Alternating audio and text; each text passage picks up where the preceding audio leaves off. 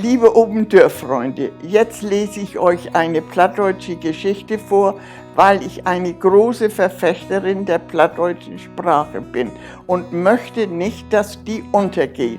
Und wenn ihr Interesse habt, dann kommt doch mal bei Obendörf vorbei und ich übersetze es euch. Plattdeutsch schnacken, das ist doch weit und sieht bekannt, dass wir meistens Plattdeutsch schnacken ob das Land. Für die Kinder ist Hochdeutsch so wichtig, dass sie lernen die deutsche Sprache richtig. Aber das wäre doch jammer schon, wenn das Plattdeutsche blieb ganz nah. Da sind so viele verschiedene Wörter, wo das einfach kein hochdeutsche Wort gibt für. Wenn wir bloß einmal Süßeln nehmen, kann das dafür ein hochdeutsches Wort geben? Bei uns in Angeln, da weiß doch jedes Kind, was Foto, Leuwurch und Handuhl ist. In Kattenbeben, die heet Kelling, zum Mittag gibt das Schnüsch und Welling.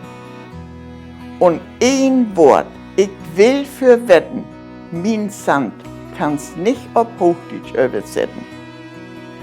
Wenn ihn vertellt nur Tuffelt Quatsch, dann heet das, die ist ehrlich Quatsch. Ein trauschuldiger Mensch, der ist tudig. Ein schlagfertiger, der ist schnudig. Wer gitzig ist, den nennt man närig. Wer eigensinnig, der ist dwerig. Ein Blumenablänger, der ist ein Pot. Und wenn wir Spaß haben, haben wir Brot.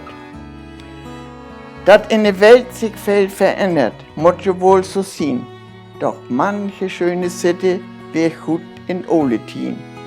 Het auch vieles sich verändert, war auch vieles überdreht.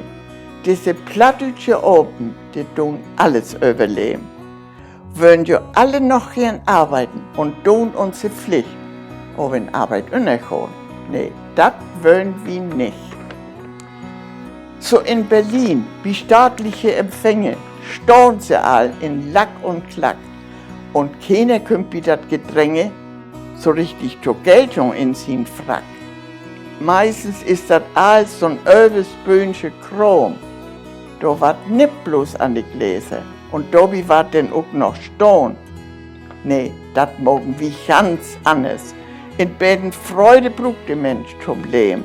In beiden Freude soll er anderen geben. Der Mensch muss auch mal fröhlich sein, denn war das hart so Licht. Und wenn der Mensch fröhlich ist, das spiegelt sein Gesicht. So sehen wir, das ist mit uns und so, mit uns lebe plattdeutsche Sprache. Aber wir wollen hoffen, dass das immer so bleibt und uns nix über die plattdeutsche Welt vertrifft.